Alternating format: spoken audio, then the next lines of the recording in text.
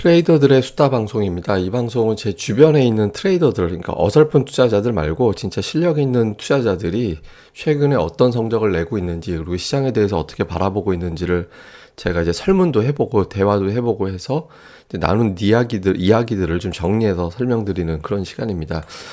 좀 이 멤버들 이제 설명을 드리면 총 6명이고요. 참여한 사람들은 프로필이 이전 어떤 기관 투자자 출신, 증권사 직원, 현직 증권사 직원도 있고요. 그다음에 트레이더도 있고, 이 날짜는 6월 21일입니다. 그러니까 6월 21일 이후에 시장이 추가로 폭락을 하고 후반에 급등을 하고 이런 어떤 부침이 좀 있었죠. 근데 어쨌든 이 날짜 좀 참고를 해보시면서 들으시면 좋을 것 같고요.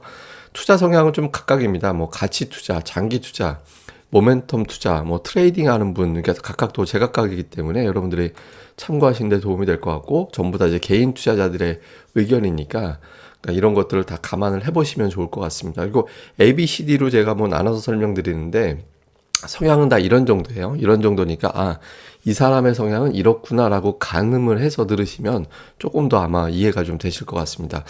우선 이제 현재 계좌의 상황을 물어봤습니다. 그러니까 6월 21일 당시 상황을 물어봤을 때 그런 대로 선방했다. A 이제 분은 그런 대로 선방했다라고 했는데, 다만 6월에 아무래도 시장이 좀 부진하다 보니까 연간 수익률이 마이너스로 전환된 상태다, 이렇게 이야기를 했고요. B 같은 경우는 지수보다는 좀 괜찮았다. 이분 제가 포트폴리오 알고 있는데 지수보다는 좀 괜찮을 만하더라고요.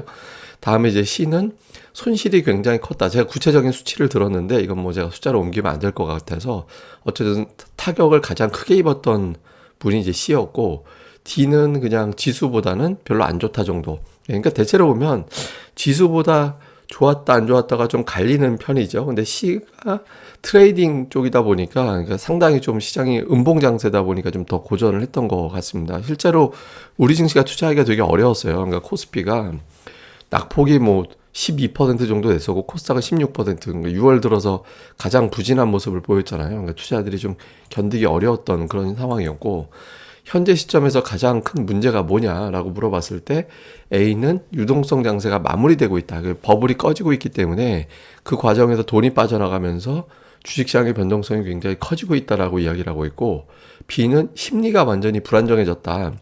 그 악재에 너무 익숙해져 있다 보니까 또 매도가 나오면 또 악재겠네라고 하면서 매도가 매도를 부르는, 심리가 굉장히 좀 깨져 있는 그런 상황인 것 같다라고 이야기를 하고 있고, C 같은 경우는 역시 이제 시장에 대한 어떤 의심이 너무 많다라는 거죠. 그러니까 투자 심리를 불안하게 만드는 뉴스가 너무 많고, 반면에 이거 가지고 좀 버텨볼까라고 생각할 수 있는 뉴스가 거의 없어서 매도가 더 우세하게 작용하는 그런 시점이다라고 얘기를 하고 있고, 또 마찬가지로 D도 대체로 보면 심리적인 얘기를 되게 많이 해요. 그러니까 투자들이 되게 겁먹고 있어서 막 던지는 국면 아닌가?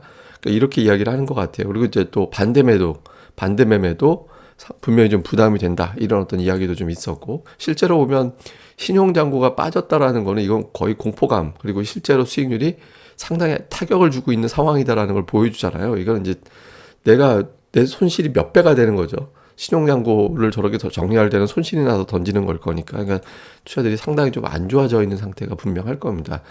이후에 이제 전망을 좀 물어봤는데, A는 큰 하락 가능성은 이제는 좀 제한적일 것 같다. 왜냐하면 이제 PBR 1.0배 이하기 때문에 더 내려가기에는 좀 어렵지 않을까? 그래서 올라가지는 않겠지만 적어도 급락 가능성은 낮다, 이렇게 보고 있고요. B 같은 경우는 잘 모르겠다. 그러니까 이제 주가는 싸진 건 분명한 것 같은데 너무 변수가 많아서 이 변수가 정리될 때까지는 이제 좀 변동성이 이어질 것 같다라는 취지고, C 같은 경우는 이제 바닥권 예측은 의미가 없는 것 같다라는 거죠. 그러니까 향후 신용이 어느 정도 더 터지는지 이게 좀 관건일 것 같다. 근데 이게 사실 6월 21일에 이야기를 한 거여가지고 그 이후에 이제 신용이 팍팍 터지는 기간이 좀 있었거든요. 근데 어쨌든 그 직전에 어떤 이제 코멘트로는 이렇게 나왔고, D도 마찬가지로 이제 예측이 어렵다.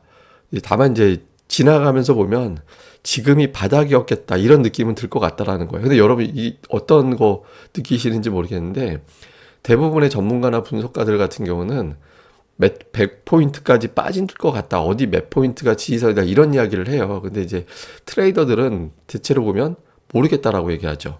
예, 그러니까 확실히 이제 보면서 판단하자라는 게 이제 트레이더들의 생각이고 분석가들은 이제 구체적으로 몇 포인트를 제시하는 게 분석가들이고 이런 차이는 좀 있구나라는 거를 다시 한번 느꼈던 것 같습니다. 실제로 이제 PBR 이야기 나와서 보면 코스피가 우리가 보통 선행 얘기하지 말고 그건 의미가 없으니까. 그러니까 이제 현재 주가 수준으로 봤을 때 0.9배 정도 왔다 갔다 하거든요. 1.0배에서 좀 내려가 있죠. 그래서 지금 절대적으로 주가가 이렇게 싸진 거는 사실이다라는 점은 좀 맞는 것 같습니다. 그리고 이후에 이제 어떻게 대응해야 될지 이걸 갖다가 이제 좀 어떻게 대응할 건지라고 이제 물었을 때 이제 보유할 거고 기본적으로 그다음에 부분적으로는 교체할 거다. 왜냐면 저건 좀 비싸서 좋은 종목인 건 알겠는데 주가가 비싸잖아 라고 생각하는 종목이 있었는데 이걸 좀 부분적으로 갈아탈 거다.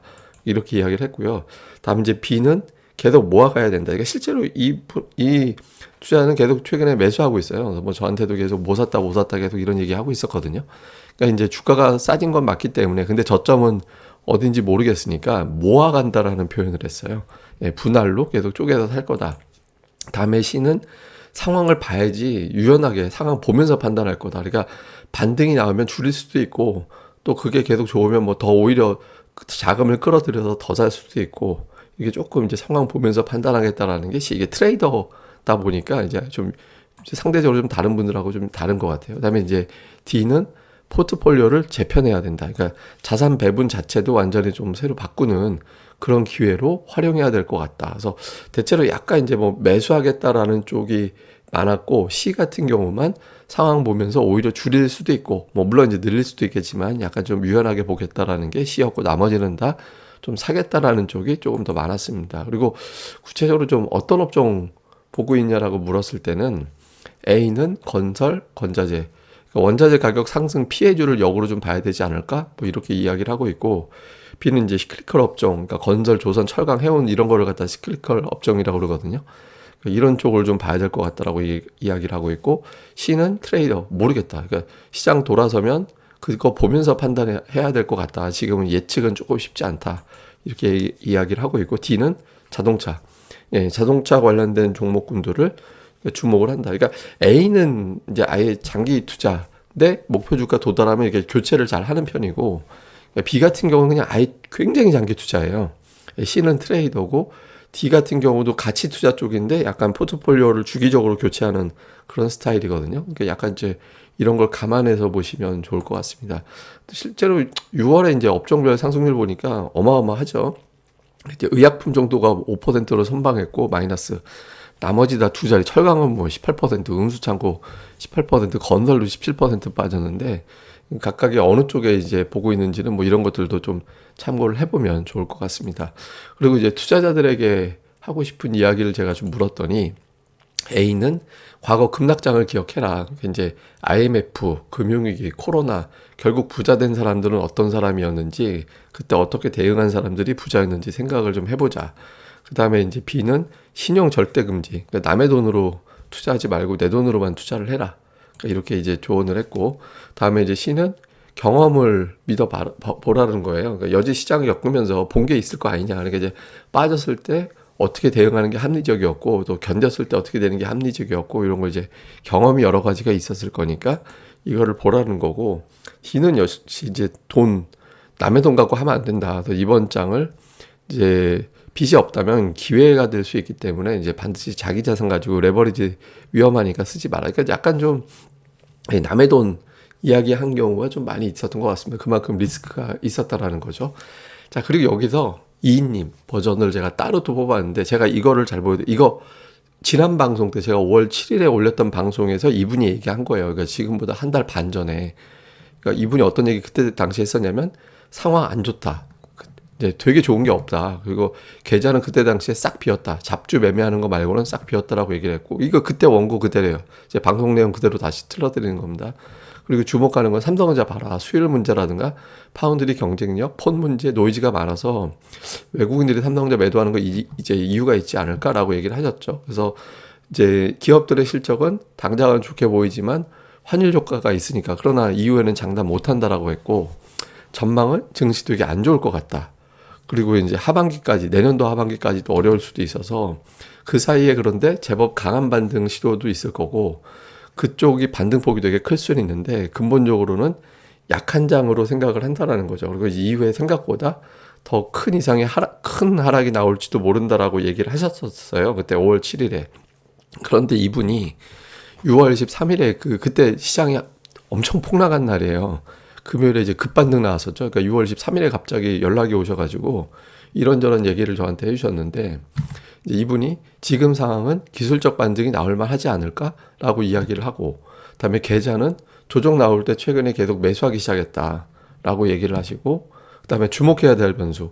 그러니까 신용이 일정 수준 감소하면 증시가 반응을 하는데 지금 그 정도 줄어든 것 같다. 그래서 이제 고객 예탁금은 줄긴 했는데 실질 예탁금은 약간 증가했더라. 그러니까 주식시장에서 일방적으로 자금이 빠져나가는 건 아닌 것 같다. 그래서 그렇지만 지금의 반등은 베어마켓 랠리다. 반등 후에 다시 하락할 가능성이 있고 기업들의 실적은 하반기 예상보다 나쁠 것 같다. 근데 이런 변수를 다 뒤집어 버릴 어떤 변수가 만약에 등장한다면 이제 그러니까 하락장으로 가지 않는 어떤 반전이 된다라면 그런 재료는 전쟁이 끝난다면 시장이 바뀔 수도 있을 것 같은데 그게 아닌 상황에서는 이제 베어마켓 랠리 정도. 그래서 그때 시장 폭락하던 날 이 반등 나올 것 같은데요? 라면서 저한테 연락이 오셔서 이런저런 얘기를 하시더라고요. 그래서 제가 실제로 이제 이분이 구체적으로 저한테 다른 차트를 주셨는데 제가 이제 좀 다른 걸 좀 찾아봤거든요. 그 대신 봤더니 이게 이제 미국 금융위기 때 그쵸. 글로벌 금융위기 때 이제 하락장에서 이제 베어마켓을 12% 올라가기도 하고 심할 때 막 18%, 24%막 이렇게 올라간 적도 있었거든요. 근데 이제 더 빠졌었잖아요. 이게 IT 버블 때 하락하는 과정에서 적게는 한 뭐 7%, 많이는 20%씩 급반등이 나왔는데 어쨌든 시장을 이렇게 쭉 오른쪽으로 내려갔었죠. 그리고 이제 코로나 국면에서도 하락하면서 최근에 이제 하락하고 11% 올라가고 빠지고 7% 올라가고 그러니까 이런 형태의 어떤 반전이 있었거든요. 그래서 이게 이제 이번 반등이 베어마켓 랠리로 봐야 되지 아직은 추세 반전은 아닌 것 같다. 이렇게 좀 신중하게 언급을 좀 해주셨습니다. 이번 의견을 제가 이제 가끔 한 번씩 따로 뽑아서 원래 이제 따로 뽑아서 준비를 하려다가 그냥 여러 개 보시면 또 어려우실 것 같아서 제가 하나로 이제 통합을 했습니다. 어쨌든 이 트레이더들의 수단은 제가 오프라인에서 직접 한번 토크를 한번 하려고 이제 뭐 코로나 국면도 조금 진정이 됐으니까 하려고 하고 있고요. 일단은 지금은 이제 이 정도 형태로 좀 진행하는 걸로 하도록 하겠습니다. 예, 그럼 또 잘 보내시고요. 좀 또 참고들 하시고 아까 말씀드린 대로 개인적인 의견일 뿐이지 절대적으로 뭐 이제 뭐 여러분들이 꼭 추종해야 된다 이런 의견은 절대 아니니까 그냥 재미삼아 참고삼아 보셨으면 좋겠습니다. 예, 그럼 감사합니다. 그리고 이제 구독하기 꼭 부탁드립니다. 감사합니다.